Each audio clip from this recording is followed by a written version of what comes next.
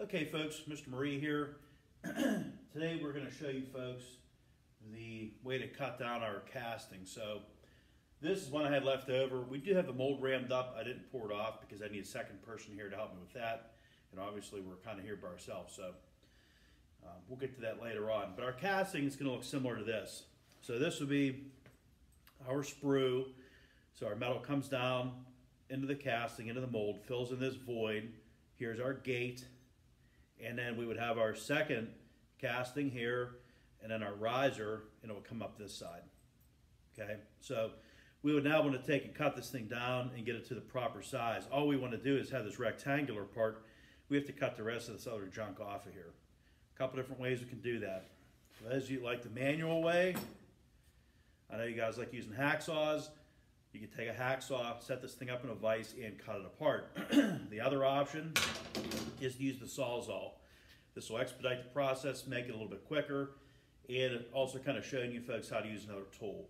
So we're going to set up the Sawzall. We're going to show you folks how to use that and what it is, and we'll go from there. So right now I'm just going to we'll set this up in a vise. Hopefully you can see it. Set it like this.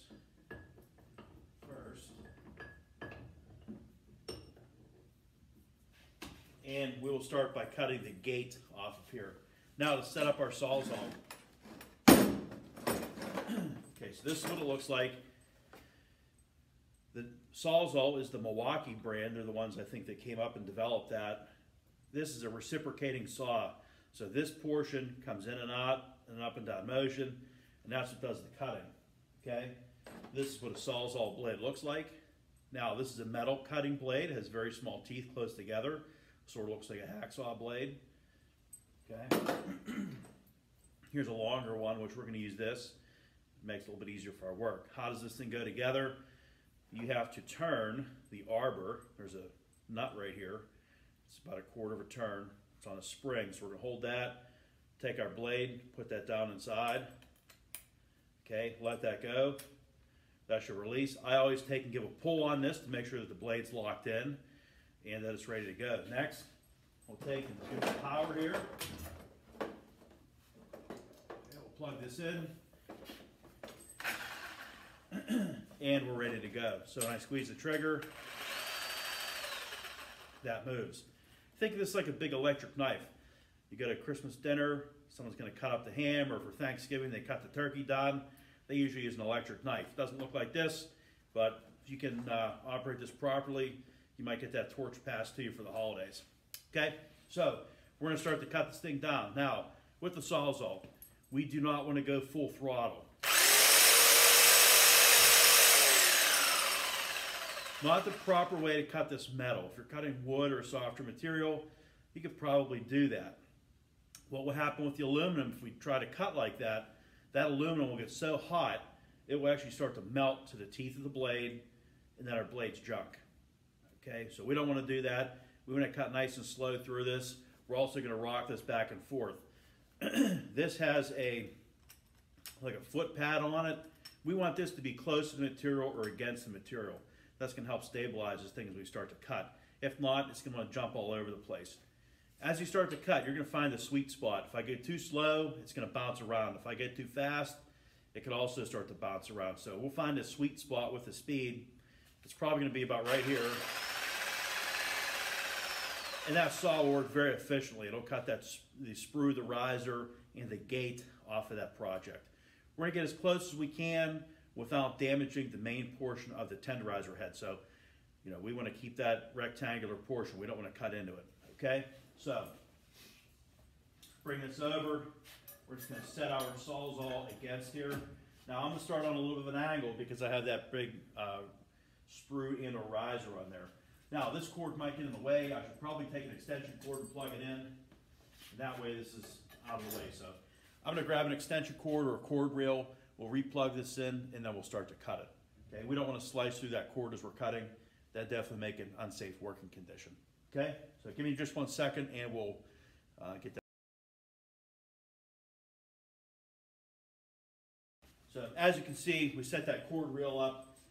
We plugged our plug into that. Now the cord for the Sawzall was not in the way. Like I said, we don't want to cut that have any issues like that. So we're going to take this, come on an angle, we're going to get as close as we can. Okay, we're going to get that foot pad close to there, and we're going to start. Okay, so I'm right-handed. I'm using my right hand on the handle and the trigger. Left hand, I'm going to push down on this portion of the saw. Okay, we don't want to push down so hard that we're causing problems. We sort of want to let the weight of the saw do the cutting. So get this going here.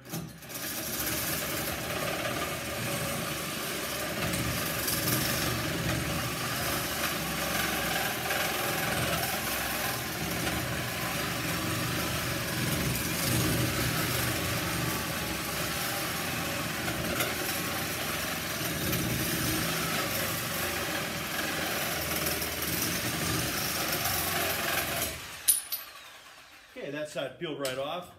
That piece just fell off. It's obviously going to be warm, but we're going to remelt that piece of aluminum. We can reuse that and recycle it. So we don't want to get into the position where we're going to keep throwing all this aluminum scraps away.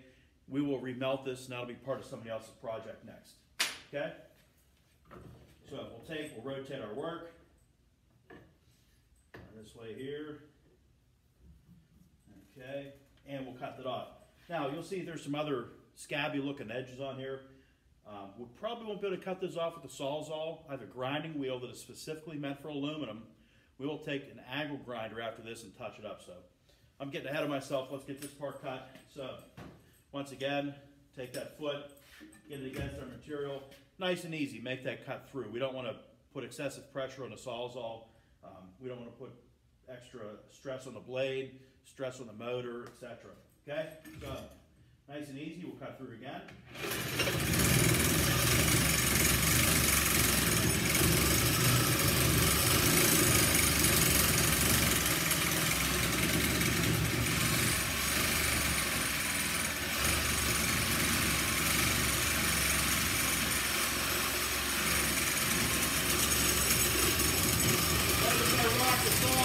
Back and forth, like I cut it. Just want to keep that blade moving.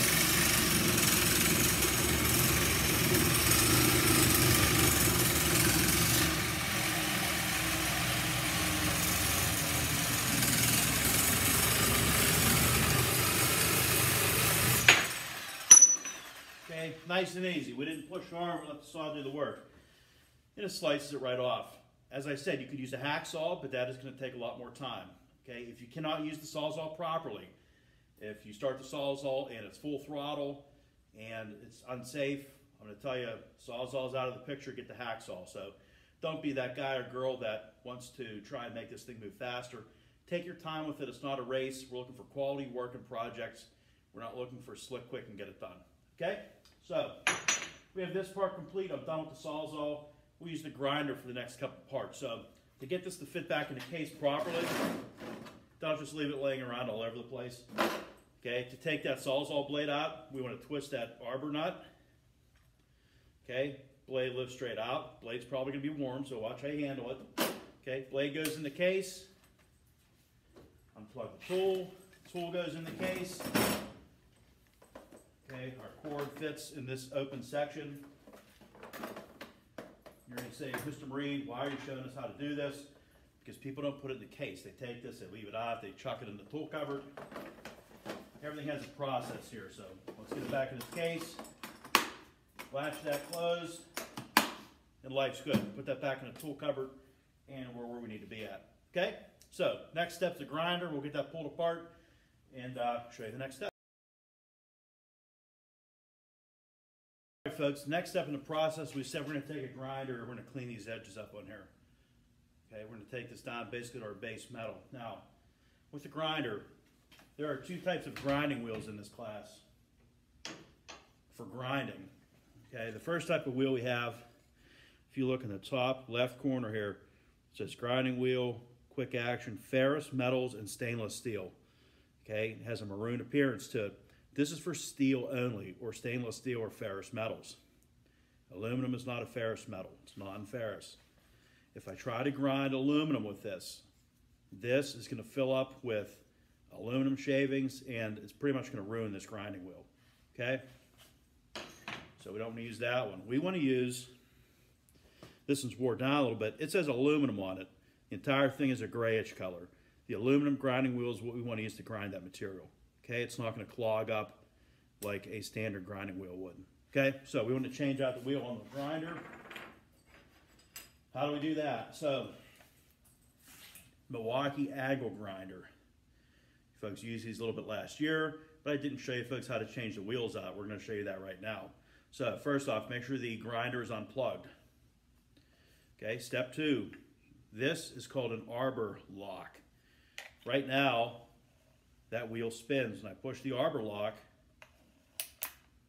that falls into place and prevents this from spinning. Okay, so I'm going to flip hands here, push the arbor lock in. We're going to take our spanner wrench. Okay, has those 2 little nubs. They're going to lock into the nut on here, one place or the other. Okay, push away from you, and that nut is going to come loose.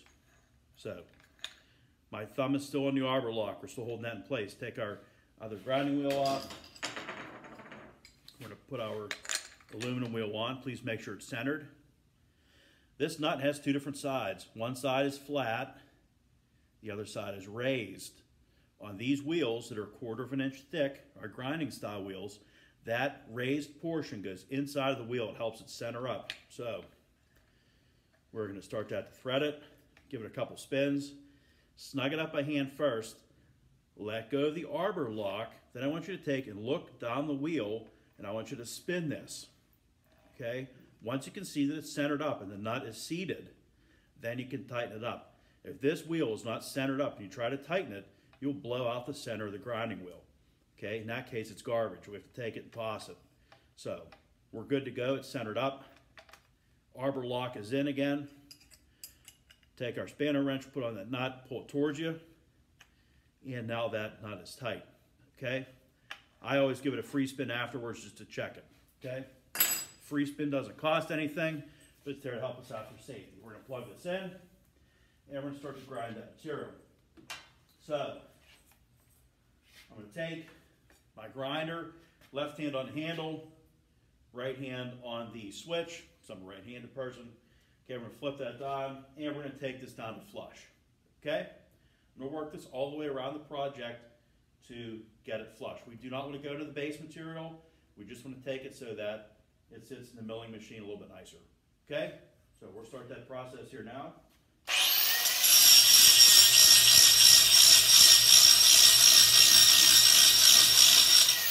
As you're grinding, listen to the grinder.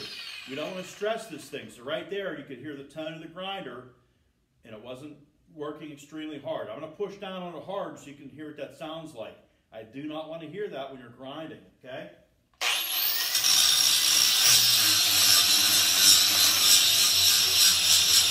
You can hear that tone in the motor. It's struggling to work. We don't want to do that. We don't want to bury the wheel into the work and press as hard as we can. If you can't grind properly, we've had students in the past that fall into that category.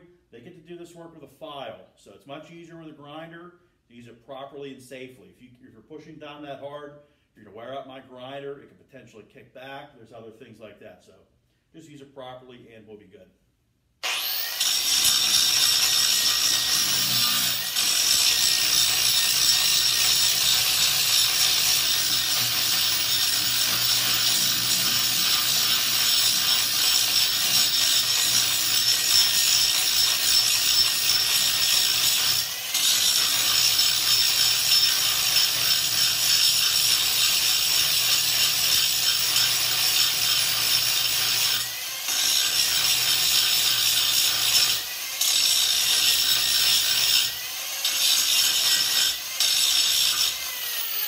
Okay, we got that side just about flush. We're going to continue to rotate this thing around and do the same exact thing. Said some of it's easier than other sides. This side, there's barely anything to take off. It's going to take me just a quick second to do that. Also, while you're grinding with the aluminum wheel, you will notice this throws an extreme amount of dust off as it's grinding. So kind of pay attention where you're grinding to. Try and grind towards a wall or something like that. Don't be spraying a mist of aluminum dust all over the shop. Okay?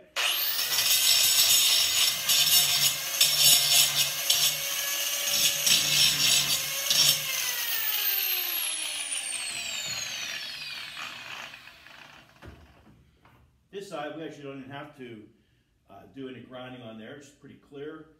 Notice this side here, you can see the nut that holds that mold into place. We go to cast it, so just kind of a neat thing there. We'll take that off with the milling machine. I'm not going to bother trying to grind that. And we'll explain why in just a minute here, once we get back to the mill.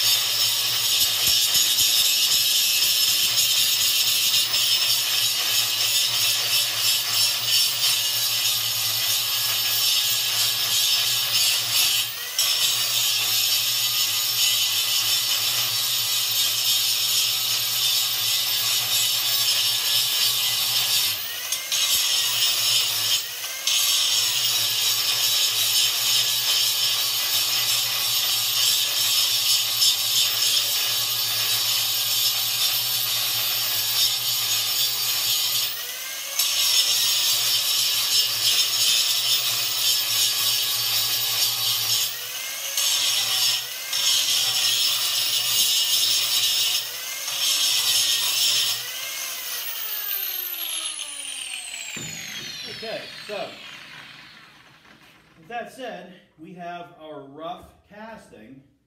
It's now ground on. It's extremely hot right now. That's why I'm using a pair of channel locks to pick it up.